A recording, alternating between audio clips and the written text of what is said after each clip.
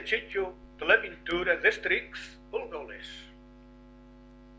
Já volviste, Asterix? Traz embores? No. Ah, sí, escalabacei 4 romanos. Bom, Vens a comer ao cochino montés comigo? Já vou. Ainda tenho de entregar 2 menires.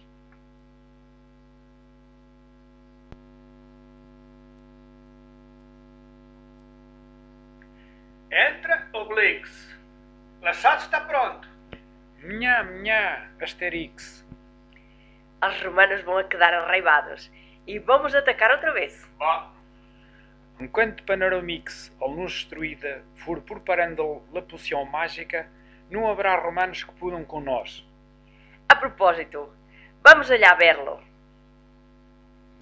ele deve estar no meio da rama, apanhado isso com o seu focinheiro. Panoramix! Panoramix! Ui! Assusteste-me e cortei-me com o focinho. Desculpa!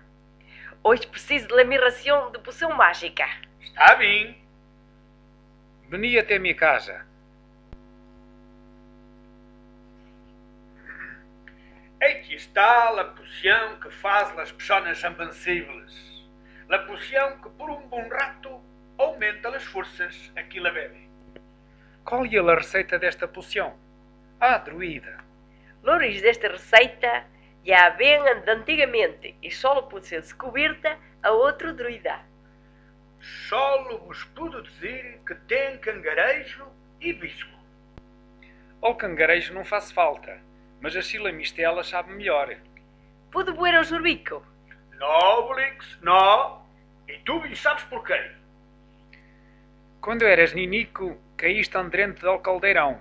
Zedende tens sempre o efeito de la poção mágica. Se buiras mais, podias ser peligroso. Deus vos o pague, a druida. Por belenos, não de justo. Ui!